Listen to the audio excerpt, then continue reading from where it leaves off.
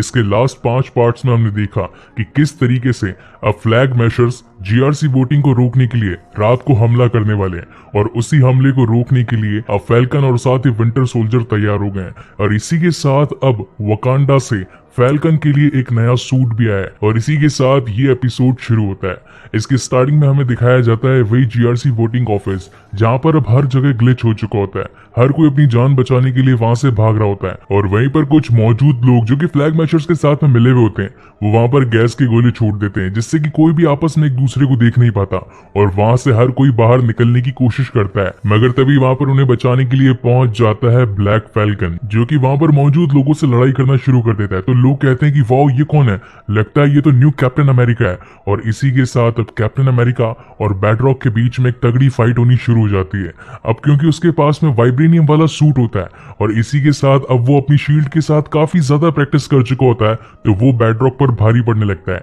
वहीं दूसरी ओर अब विंटर सोल्जर वहां पर मौजूद सभी लोगों को निकालने की कोशिश करता है। उसी मोमेंट पर वहां पर शेरन कार्टर भी पहुंच जाती है, और वो कहती है कि मैं तुम्हारे साथ हूं, मैं तुम्हारी मदद करने आई हूँ। और वो दोनों मिलकर वहां पर सभी लोगों की हेल्प करना शुरू कर देते हैं। लेकिन जब वहां से लोग निकलकर भाग रहे होते हैं, वो जिस पुलिस की गाड़ियों में बैठ रहे होते हैं, उनमें से कुछ लोग जो कि फ्लैग मैशर्स के साथ मिले हुए होते हैं, उनके पास में गैजेट होता है, जिसकी मदद से वो उनकी कार के दरवाजे को ब्लॉक कर देता है। और वहां से अब जो भी लोग जो कि जीआरसी वोटिंग के अंदर बड़े बड़े उच्च अधिकारी मौजूद थे, वो अब उनकी गिरफ्त में आ चुके होते हैं। और यहीं से ही सारे के सारे फ्लैग मैशर्स की गाड़ियां निकलना शुरू कर देते हैं, क्योंकि वो चाहते थे कि जीआरसी वोटिंग को रुकवाया जाए, और साथ ही जो लोग 5 साल के बाद में ब्लिप से लौटे हैं, उन लोगों को सरहद के बाहर नहीं निकाला जाए, क्योंकि उन लोगों को भी तो इस जगह पर रहने का हक है। उनका ऐसा सोचना है कि 5 साल बाद में लोग आए तो क्या हुआ, मगर उनका भी तो यहाँ पर रहने का हक है। इसीलिए उनका मकसद बन गया था कि वो जीआरसी वोटिंग वाले उच्च अधिकारियों को अपने कब्जे में लेंगे, और उसके बाद में उन्हें छोड़ने के लिए ब्लैकमेलिंग में सरहद के पार जो लोगों को भेजा जाना था, उन्हें रुकवा लेंगे।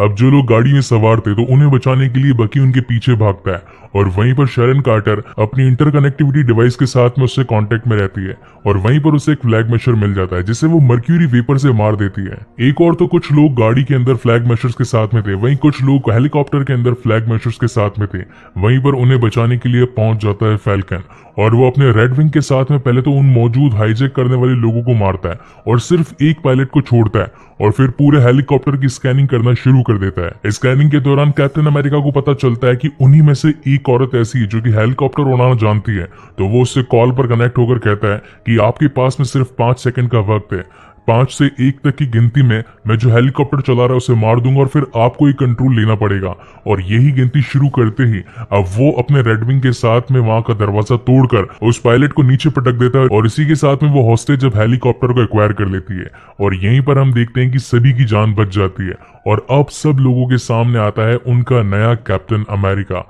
ये बात अब हर कोई न्यूज चैनल पर देख रहा होता है। हालांकि कुछ लोग इस बात से एग्री नहीं कर रहे थे, वो कई लोग तो कह रहे थे कि ये तो ब्लैक फैल्कन है, मगर कुछ लोगों के लिए अब सैम विल्सन उनका नया कैप्टन अमेरिका बन चुका था। वहीं दूसरी ओर फ्लैग मैशर्स जिस गाड़ी में थे, जिसके अंदर काफी सारे हॉस्टेजेस थे, वो उस गाड़ी का कंट्रोल छोड़कर उसे मरने के लिए छोड़ देते हैं। लेकिन बकी वहां पर टाइम पर पहुंच जाता है और अपनी पूरी शक्ति लगा देता है उस गाड़ी को गिरने से बचाने के लिए। लेकिन एंड मोमेंट पर वो गाड़ी गिरने ही वाली होती है, और तभी वहां पर पहुंच जाता है सैम विल्सन, और अपनी पूरी शक्ति के साथ में रेड विंग्स को लेकर उस पूरी गिरने वाली गाड़ी को बचा लेता है, जिससे कि काफी सारे लोगों की जान बच जाती है। और उन सभी को बचाने के साथ में अब वहां पर बाकी फ्लैग मैशर्स भी पहुंच जाते हैं। और फिर यहाँ पर आता है एक ट्विस्ट, जहां पर हमें देखने को मिलता है जॉन वॉकर, जिसने बनाई होती है अपनी एक न्यू कैप्टन अमेरिका शील्ड, और फिर उन सभी के बीच में एक तगड़ी फाइट होना शुरू हो जाती है। इस ब्रूटल फाइट के फाइट सीक्वेंस इतने तगड़े थे कि ये अभी तक का मेरा फेवरेट एपिसोड बन गया। मगर उनकी लड़ाई के बीच में पहुंच जाता है बैडरॉक, और वो अपने लॉन्चर के साथ में वहां पर गैस की गोली छोड़ देता है,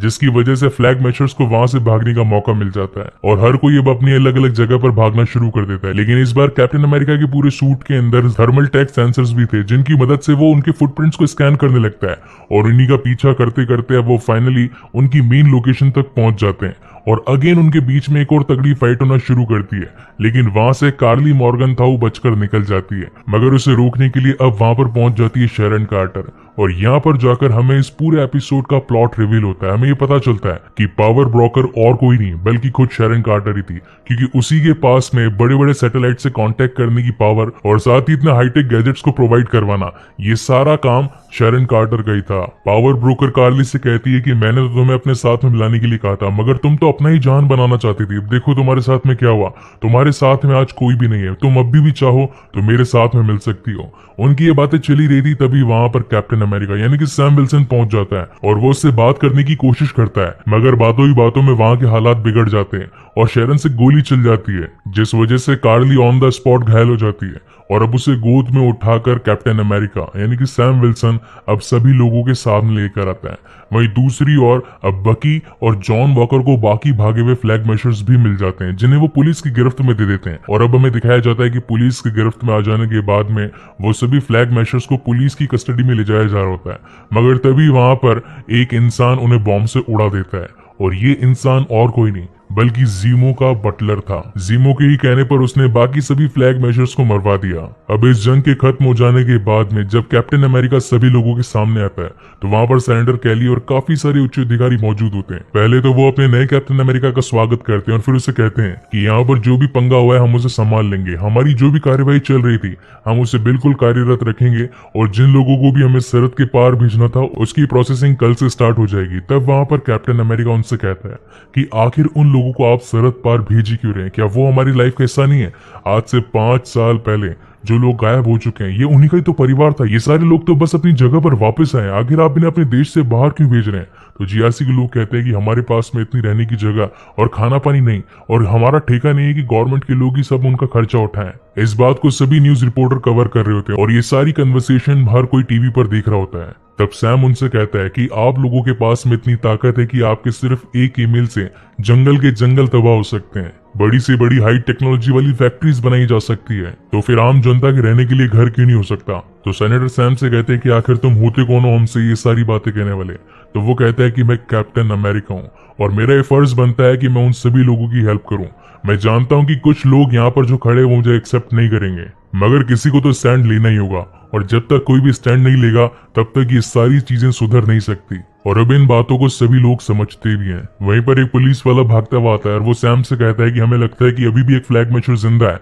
और वो यहाँ से भाग रहा है। तब वहां पर सैम कहता है कि आपका नया कैप्टन अमेरिका अब आ गया है और वो उसे पकड़ने में आपकी मदद करेगा, और ये कहकर सैम वहां से उड़ जाता है। अब यहाँ पर हमें इस एपिसोड की कम से कम 6 मिड क्रेडिट सीन दिखाए जाते हैं जो कि आगे जाकर आगे आने वाली सीरीज के साथ में कहीं न कहीं कनेक्ट होंगे। नंबर 1 पर हमें दिखाया जाता है वैलेंटीना को, जिसने अब जॉन वॉकर को एक नया ब्लैक सूट दे दिया होता है जो कि होता है न्यू ब्लैक कैप्टन अमेरिका का सूट। वहीं सेकंड मिड क्रेडिट सीन के अंदर अब बकी पहुंच जाता है यूरी के पास में और उन्हें सच्चाई बताता है कि आपके बेटे का कत्ल हुआ था और उसका कत्ल और किसी ने नहीं बल्कि मैंने खुद ने किया था, मैं इस बात के लिए आपसे माफी मांगता हूँ। तीसरे मिड क्रेडिट सीन में हमें दिखाया जाता है कि बकी ने अब एक लेटर छोड़ा होता है अपनी डॉक्टर के पास में, उसमें लिखा होता है I have finished my book, thank you for your help doctor. इसका मतलब ये है कि आपने आज तक जो भी मुझे रिफाइन करने की कोशिश की अब मैं पूरी तरीके से ठीक हो चुका हूँ, अब मैं अपने सही हालातों में हूँ और आप ही की वजह से आज मैं इस राह पर आया हूँ। चौथे मिड क्रेडिट सीन में अब पहुंच जाता है सैम विल्सन आइजिया ब्रैडली के पास में और उन्हें कहता है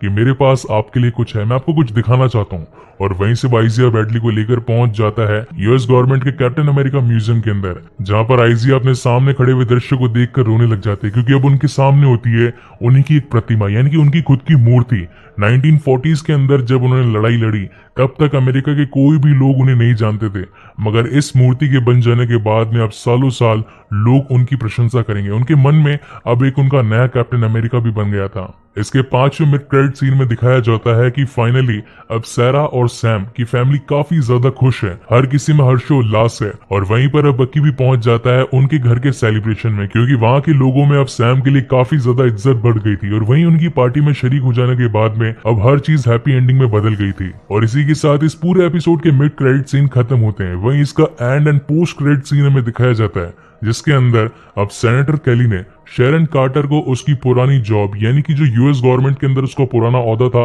वो उसे वापस दे दिया जाता है। उस पुराने ओहदे को पाने के बाद में अब शेरन कार्टर अपने ही किसी एजेंट के साथ में बात करती है, उसे बताती है कि हमारे पास में अब यूएस की खुफिया इंफॉर्मेशन के साथ साथ अब बड़े बड़े हथियार भी आ जाएंगे और अब हमें कोई भी नहीं रोक पाएगा। और इसी सस्पेंस के साथ में ये एपिसोड यहीं पर खत्म होता है। सो गाइज, आपको ये वीडियो कैसा लगा प्लीज मुझे लाइक एंड कमेंट करके जरूर बताइएगा और अगर आपको मेरे वीडियोस पसंद आते हैं तो इस चैनल को सब्सक्राइब जरूर कीजिएगा।